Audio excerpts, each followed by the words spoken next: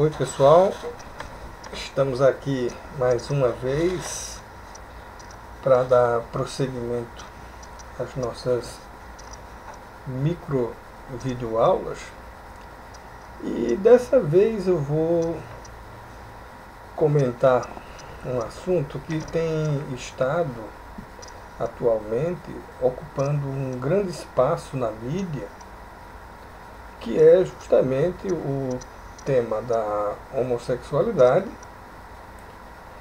que envolve a Comissão de Direitos Humanos da Câmara e que envolve também uma certa cruzada evangelística travada pelo pastor Silas Malafaia. E vamos juntar tudo isso e tentar pontuar um pouquinho sobre essas questões, sempre tomando como referencial teórico a psicanálise, que é a abordagem teórica que serve de referência para o meu trabalho. Bom, em primeiro lugar, eu gostaria de remetê-los ao artigo que eu intitulei Sobre a Homossexualidade, Rinocerontes e Outros Bichos, que está no meu blog. O endereço eu vou colocar aqui embaixo, vocês vão poder ver aqui. E quem quiser pegar esse assunto de forma mais arrumada, pode se dirigir ao blog. Aqui eu vou só pontuar as questões que estão colocadas nesse artigo que eu escrevi.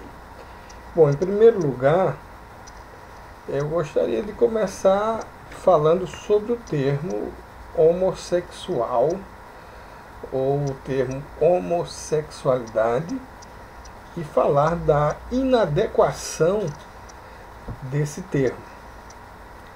Essa palavra ela é inadequada porque ela toma como parâmetro a questão da sexualidade, a questão da prática sexual de pessoas do mesmo sexo.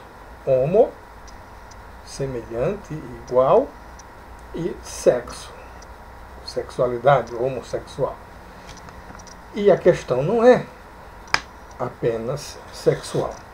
A sexualidade é uma parte de um todo, mas que não pode ser caracterizado como sendo a parte mais importante, até porque não é. Tá? Então você pode me perguntar, e então, se esse termo não é adequado, qual termo seria adequado para designar o que acontece no aspecto afetivo, sexual, entre pessoas do mesmo sexo? Eu já andei pesquisando aí e vi que tem uns outros termos que também não são lá muito adequados. Eu encontrei um termo que eu achei assim mais apropriado. Agora, me perdoem a falha, eu não sei, não consigo identificar quem foi ou onde foi que eu li e vi esse termo. Só que eu achei, entre todos os termos, o mais adequado, que é chamar propriamente a homossexualidade de homoerotismo. Nesse caso, o termo homoerotismo, ele designa a vertente que falta no termo homossexual, que é a questão do eros. E o eros subtende a afetividade. Também já vi se falar de comportamento homoafetivo, mas o termo homoerotismo, a meu ver, ele comporta esses dois lados: o lado erótico, e eros, enquanto paixão, enquanto erotismo, e o lado do amor. Porque na questão da homossexualidade, vamos tratá-la com esse nome, homossexualidade, mas já sabendo que o termo homoerotismo é mais adequado. Nessa questão, o que importa não é unicamente a prática sexual, mas é a atração, é o afeto e principalmente o desejo que o sujeito sente por um semelhante. Isso é o que caracterizaria a homossexualidade. E não só a prática, porque o sujeito pode ter esse desejo sem jamais ter tido algum tipo de experiência homossexual. Eu mesmo já atendi aqui em meu consultório indivíduos, e foi mais de um, que são reconhecidamente, eles se sabem homossexuais, entretanto, por conta dos seus pontos de vista religiosos, de suas crenças, eles resolveram se abster da prática sexual. Eles acreditam, como são pessoas ligadas à Bíblia. Vou até procurar aqui onde é que está esse versículo, né, que fala sobre homossexualidade. Levítico 18, capítulo 18, versículo 22, que diz que abominação é a prática, né, o homem que se deita com outro homem, né? Então, por conta disso, esses dois indivíduos que eu estou aqui falando que atendi, eles aprenderam desde criança isso e viveram dolorosamente, claro, né? Principalmente quando chegaram na adolescência, viveram uma experiência dolorosa com esse desejo por um semelhante, por um outro homem, e lendo em seu livro sagrado essa interdição. Mas, diferentemente, cada um deles pôde reprimir esse desejo conscientemente, dizer que não aceito, não vou fazê-lo. Ambos tomaram o caminho do casamento, casaram com mulheres, tiveram filhos, e sabem que não deixaram de desejar o semelhante, mas que tentam viver com esse desejo homoerótico, homoafetivo, sob controle.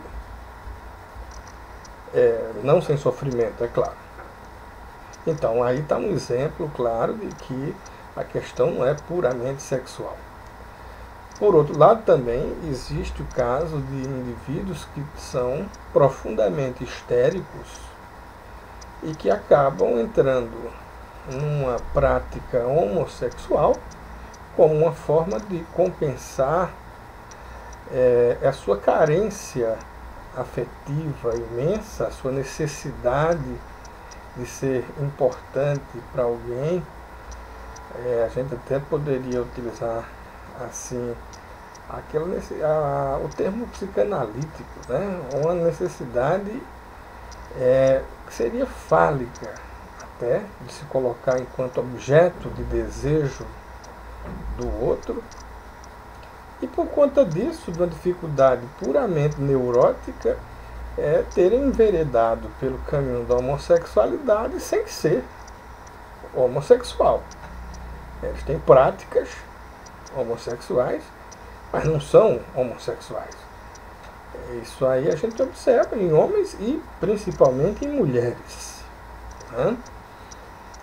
Então, já por conta dessas duas situações, a gente pode perceber que a questão não é tão simples assim e que o termo homossexual é mais do que inadequado para descrever o que acontece com o sujeito que é tomado por esse tipo de orientação sexual. E aí, uma forma que eu encontrei para caracterizar essa questão homoerótica é caracterizá-la a partir daquilo que ela não é. Então a gente vai logo dizendo que não é uma opção. Isso aqui, graças a Deus, está ficando cada vez mais claro, né? Antigamente as pessoas falavam muito, é uma opção sexual, porque a opção dele, não existe opção. Se o sujeito pudesse escolher, ele escolheria ser heterossexual. É muito mais fácil, é menos complicado, vai sofrer, não vai, aliás, nem vai sofrer perseguição da sociedade, nem da família, e etc. e tal. Então ninguém vai escolher isso. Não se trata de uma opção. O termo correto é orientação sexual e não opção sexual. Segundo, não é vício, não é safadeza, como a gente escuta algumas pessoas falando, porque se fosse assim, o indivíduo ele poderia se submeter até um tratamento, né, de terapia cognitivo-comportamental e se livrar desse vício, né? Não é vício, ninguém fica viciado numa determinada prática sexual. Isso também não existe. Outra questão também é que não é uma doença. Já fez parte, inclusive, né, dos manuais lá da Associação Psiquiátrica Americana, mas depois eles retiraram essa designação de doença, porque viram a quantidade que tinha de homossexuais lá nos Estados Unidos e para eles ficava complicado admitir que cerca de 10% da sua população era de doentes, né? Então eles retiraram essa história. Na realidade não é uma doença no sentido de que há uma cura ou se pode curar ou tratar a homossexualidade. Isso também não acontece. E outra coisa, não é genética. A gente vê por aí uma tentativa de se mostrar, né, se haveria algum tipo de herança genética em termos de homossexualidade, de genes, de cromossomos, ou de sei lá o que. Eu não sou biólogo, mas pelo que a gente pode observar, nas pesquisas atuais, o que se comenta sobre isso é que até então não existe nada que possa afirmar com certeza de que a homossexualidade deriva de alguma herança genética. Bom, em psicanálise a gente faz derivar, né, a homossexualidade de um acontecimento crucial na fase fálica do desenvolvimento psicossexual dos indivíduos, justamente quando ele vive o complexo de Édipo e o complexo de castração, e que a identidade sexual das pessoas vai se formar justamente nesse período. Então a homossexualidade ela estaria na dependência de que o menino fosse capaz de realizar uma identificação com a figura paterna, ultrapassando dessa forma o desejo edípico pela mãe, que será substituído por sentimentos ternos e que mais tarde ele vai poder viver com outras mulheres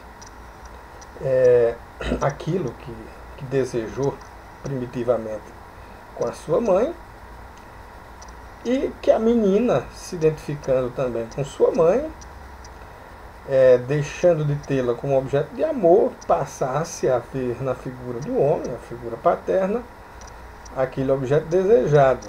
Isso, é claro, sempre numa lógica fálica, que a gente vai abordar no próximo vídeo. Por hoje a gente fica por aqui.